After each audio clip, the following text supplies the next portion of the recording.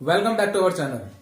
आज हम लोग जावास्क्रिप्ट में कंडीशनल स्टेटमेंट्स के बारे में डिस्कस करेंगे कि किस प्रकार से कंडीशन के आधार पे हम किसी भी स्टेटमेंट को एग्जीक्यूट कराते हैं। So statements are executed based upon condition. तो जब हम किसी प्रोग्राम में कंडीशन अप्लाई करते हैं तो वहां कंडीशन के आधार पर दो चीजें निकल के आती हैं। पहला ट्रू एंड सेकेंड फॉल्स। तो जब हमारी कंडीशन ट्रू होती है तो हम जो इफ में कंडीशन अप्लाई करते हैं, इफ में कंडीशन अप्लाई करते हैं उसके आधार पे उसके स्टेटमेंट्स को एग्जीक्यूट कराया जाता है। कंडीशन ट्रू हो गई तो इस ब्रेसेस के अंदर जो भी स्टेटमेंट्स लिखे हुए होंगे वो एग्जीक्यूट हो जाएंगे। अदरवाइज अगर ये कंडीशन फॉल्स होती है तो कहां जाएगा वो, फिर एल्स ब्लॉक में चला जाएगा। तो एल्स ब्लॉक के अंदर जो भी स्टेटमेंट्स यहां पे होंगे वो एग्जीक्यूट हो जाएंगे। तो कहने का मतलब ये हुआ कि ये दोनों ब्लॉक साथ में वर्क करेंगे, साथ में एग्जीक्यूट होंगे। तो इसका एक सिंटैक्स देख लेते हैं कि किस तरीके से ये वर्क करेगा। सो इफ यहां पे हमने कंडीशन अप्लाई की, कंडीशन देन ब्रेसेस, यहां पे हमने स्टेटमेंट्स लिखे हुए हैं। अगर ये कंडीशन ट्रू होती है तो ये वाला स्टेटमेंट एग्जीक्यूट होगा। अदरवाइज हम कहां चले जाएंगे, एल्स ब्लॉक में। एल्स ब्लॉक में कब जाएगा, जब ये कंडीशन आपकी कैसी हो जाएगी, रॉन्ग हो जाएगी। ये कंडीशन फॉल्स होगी तो वो कहां जाएगा, एल्स पोर्शन में। तो यहां पे आपके जो भी स्टेटमेंट्स दिए हुए होंगे वो एग्जीक्यूट कर जाएंगे। ओके, तो ये तो रहा आपका कि आप जब भी प्रोग्राम में कंडीशन अप्लाई करते हैं तो ये कैसे वर्क करेगा। अब इन कंडीशंस के आधार पे चार टाइप के कंडीशनल स्टेटमेंट्स को पढ़ेंगे कि किस प्रकार से हम प्रोग्राम में कंडीशंस अप्लाई करते हैं। तो पहली है सिंपल इफ। सिंपल इफ, अब इसमें क्या होगा, इसमें केवल और केवल ट्रू ब्लॉक ही एग्जीक्यूट होता है। इसमें एल्स ब्लॉक नहीं दिया हुआ होता है। केवल इफ में कंडीशन दी होगी, वो कंडीशन ट्रू होगी और वो हमारा जो भी स्टेटमेंट्स होगा वो एग्जीक्यूट कर जाएगा। यानी कि इफ यहां पे हम कंडीशन अप्लाई करेंगे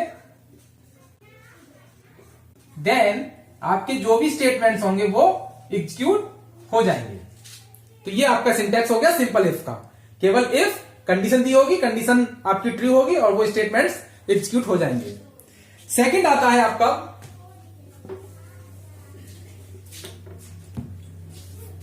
सेकंड है इफ एल्स। सेकंड हो गया इफ एल्स। इसमें क्या है, इफ और एल्स, कंडीशन ट्रू होगी और फॉल्स भी हो सकती है। तो यहां पे क्या होगा कि both implemented here but execute one at a time, true or false. Both implemented here but execute one at a time, true or false. If else में हम ट्रू और फॉल्स दोनों को इंप्लीमेंट करेंगे बट एक समय पे एक ही ब्लॉक एग्जीक्यूट होगा, या तो ट्रू एग्जीक्यूट होगा या फॉल्स एग्जीक्यूट होगा।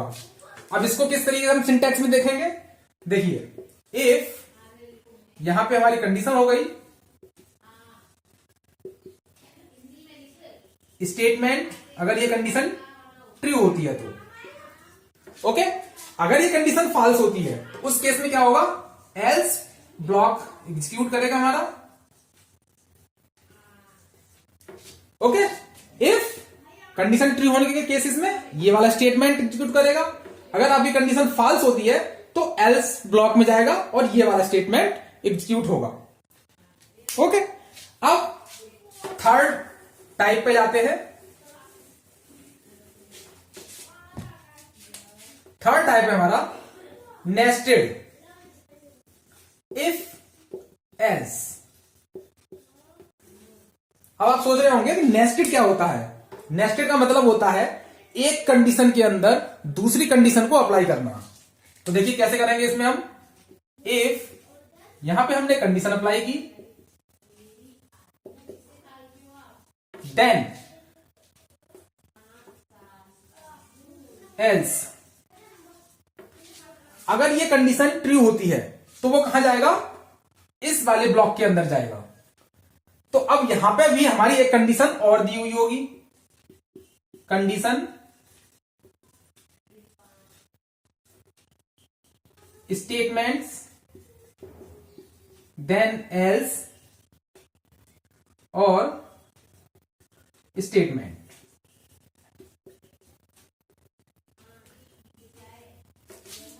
ओके, तो देखिए नेस्टेड इफ एल्स में क्या होता है, हम एक कंडीशन के अंदर दूसरी कंडीशन को अप्लाई करते हैं। अगर ये कंडीशन आपकी फॉल्स होती है तो वो इस वाले ब्लॉक में एंटर नहीं करेगा, ये वाला ब्लॉक में एंटर वो नहीं करेगा, वो सीधे कहां चला जाएगा, एल्स पोर्शन में, और यहां पे जो स्टेटमेंट्स होंगे वो एग्जीक्यूट हो जाएंगे। बट अगर ये कंडीशन आपकी कैसी होती है, ट्रू होती है, तो वो कहां जाएगा, इस ब्लॉक में जाएगा, इस वाले ब्लॉक में। यहां पे फिर से एक कंडीशन और दी हुई है, तो अब इस कंडीशन के ट्रू होने पे वो इस कंडीशन में पहुंचेगा। ये कंडीशन ट्रू होगी तो ये वाला स्टेटमेंट एग्जीक्यूट होगा, और अगर ये कंडीशन फॉल्स होती है तो ये वाला स्टेटमेंट एग्जीक्यूट करेगा।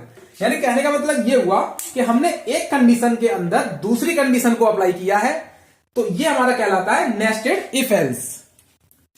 अब आते हैं हम फोर्थ टाइप के स्टेटमेंट्स पे। फोर्थ है हमारा ladder if else. Ladder if else क्या होता है, अगर हमारे पास एक से ज्यादा कंडीशंस है, यानी कि more than one condition, we have more than one condition, तब हम क्या करेंगे, लैडर इफ एल्स का प्रयोग करेंगे। तो लैडर इफ एल्स में क्या होता है, इफ यहां पे हम कंडीशन अप्लाई करेंगे, देन यहां पे स्टेटमेंट्स होगा, ओके। देन अगर ये कंडीशन कैसी होती है, फॉल्स होती है, तो वो कहां जाएगा, एल्स पोर्शन में।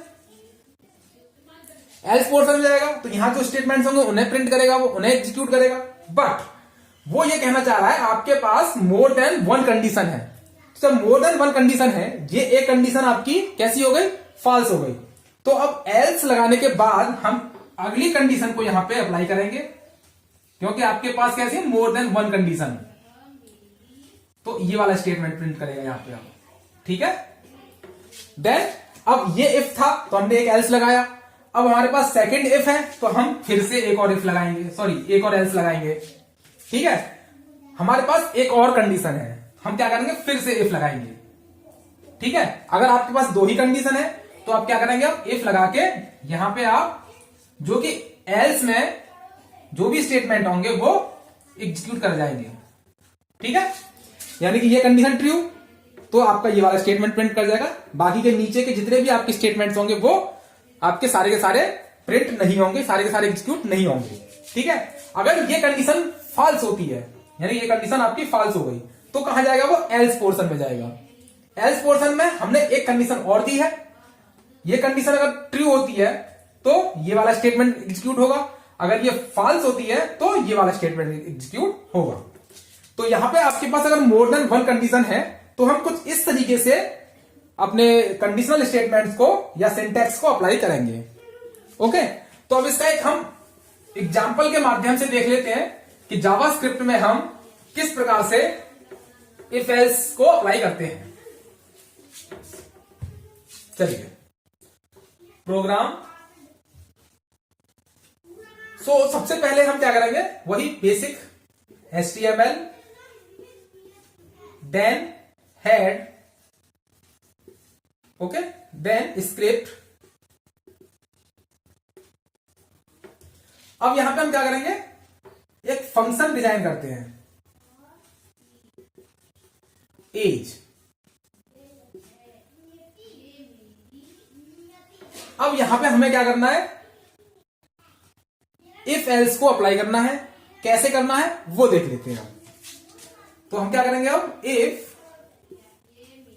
Document dot gate element by ID, dot gate element by ID. ये मैंने आपको जावास्क्रिप्ट के फर्स्ट लेक्चर में बताया था कि कैसे हम गेट एलिमेंट बाय आईडी के थ्रू वैल्यू को फेच करते हैं।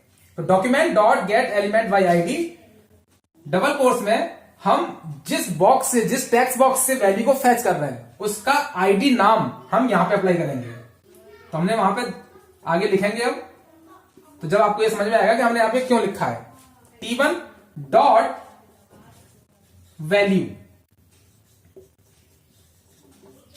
तो ये आपकी कैसी हो गई, कंडीशन हो गई है। ठीक है, जो भी हम उस टेक्स्ट बॉक्स में वैल्यू को फिल करेंगे उसके आधार पर वहां से वैल्यू फेच करेगा। इससे वो क्या करेगा, कंडीशन को चेक करेगा कि ये कंडीशन आपकी ट्रू है या फॉल्स है। अगर कंडीशन आपकी ये ट्रू होती है तो क्या होगा, विंडो डॉट अलर्ट। तो window dot alert, condition true हुई, विंडो डॉट अलर्ट, इसमें आप मैसेज पास करेंगे जो मैसेज आपकी स्क्रीन पे दिखाई देगा पॉपअप के माध्यम से। क्योंकि अलर्ट एक डायलॉग बॉक्स है तो हम डायलॉग बॉक्स में ही वैल्यू को दे रहे हैं, मैसेज को दे रहे हैं, वो वहां पे डिस्प्ले होगा। ठीक है, तो एलिजिबल फॉर वोटिंग। ओके, अगर ये कंडीशन फॉल्स होती है then else window dot alert eligible, sorry not eligible for voting. Okay, dashes बंद कर देते हैं। कंडीशन हमने ऊपर दी हुई है, कंडीशन अगर ये ट्रू होती है तो पहला वाला स्टेटमेंट प्रिंट होगा। अगर कंडीशन जब फॉल्स होती है, रॉन्ग होती है, तो एल्स वाला जो भी हमने स्टेटमेंट दिया है वो प्रिंट होगा। देन ये हमने ब्लॉक बंद कर दिया। उसके बाद स्क्रिप्ट को हमने क्लोज कर दिया, हैंड। ठीक है, तो ये तो रहा आपका स्क्रिप्ट। ओके, अब आप चलिए मैं आप इसको यहां लिख देता हूं। इसके बाद हम लिखेंगे बॉडी वाला पार्ट। ठीक है, तो अभी हम क्या करते हैं, फॉर्म, और यहां लिख देते हैं age, input, type, text, then हम यहां पे क्या लिखेंगे अब, आईडी, जिसकी बात मैंने यहां पे की थी ये। तो आईडी हमने क्या दिया यहां पे अब, T1, जो भी हमने यहां पे दिया है वो T1 हमने आईडी यहां पे दे दी। ओके, इसके बाद यहां पे हमने ब्रेक टैग लगा दिया। देन ये तो हमारे टेक्स्ट बॉक्स हो गया। अब हम क्या करेंगे, इसको वैलिडेट करेंगे। तो हम क्या ले लेते हैं, बटन ले लेते हैं। Button type, button, then on click event को यहां पे हम अप्लाई करेंगे, और एज जो हमने फंक्शन लिया हुआ है, एज, ये हमने यहां पे ले दिया। ठीक है, देन यहां पे हमने लिख दिया verify, verify, then button close कर दिया। ओके, देन हम क्या करेंगे अब, फॉर्म को क्लोज, देन बॉडी को क्लोज, एंड HTML को क्लोज करेंगे। तो अब देखिए, अब इसका जो आउटपुट होगा वो किस तरीके से आएगा,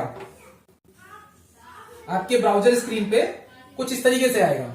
ये क्या है, एज, देन इसके सामने टेक्स्ट बॉक्स होगा और इसके नीचे एक वेरीफाई करके बटन बना हुआ होगा। अब यहां पे हम एज को फिल करते हैं। देन हमने फिल किया 15, 15 फिल किया, document dot gate element by ID के थ्रू, आईडी क्या दिया हमने T1, इसके थ्रू वो इस टेक्स्ट बॉक्स से इस वैल्यू को क्या करेगा, फैच करेगा। फैच किया, ओके, कंडीशन हमने लगाई यहां पे, तो 15 is greater than equal to 18। Condition कैसी हो गई आपकी, ये रॉन्ग, कंडीशन कैसी हो गई, रॉन्ग, तो वो कहां जाएगा, एल्स पोर्शन में। विंडो डॉट अलर्ट, आपकी ब्राउजर स्क्रीन पे जो डायलॉग बॉक्स डिस्प्ले होगा उस पर लिखा हुआ होगा not eligible for voting, okay. अब मान लीजिए कि यहां पे हमने फिल किया 20, तो अब यहां 15 की जगह पे क्या आ जाएगा, 20। कंडीशन कैसी हो गई, राइट। तो विंडो डॉट अलर्ट, अब डायलॉग बॉक्स में क्या मैसेज आएगा, एलिजिबल फॉर वोटिंग, ठीक है। तो हमारा सिंपल सा कहने का मतलब ये हुआ कि हमने प्रोग्राम में जो कंडीशन अप्लाई की है वो कुछ इस तरीके से की है, ठीक है। तो ये तो आपका जावास्क्रिप्ट में है। अब यहां से हम अगर इसको कंपैरिजन आप कहते हैं कि भाई हमने तो यहां पे इस तरीके से लिया है, हम सी में और जावा में तो डायरेक्ट वेरिएबल लिख के उससे कंपैरिजन करा लेते हैं, उससे कंडीशन को चेक करते हैं।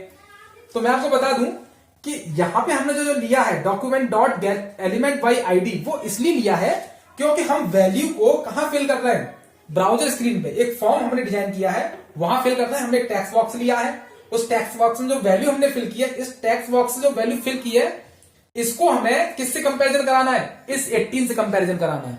तो इस वैल्यू को यहां से फैच करके कहां लेके आना पड़ेगा, इस फंक्शन में। तो हमको क्या करना है, document dot gate element by ID.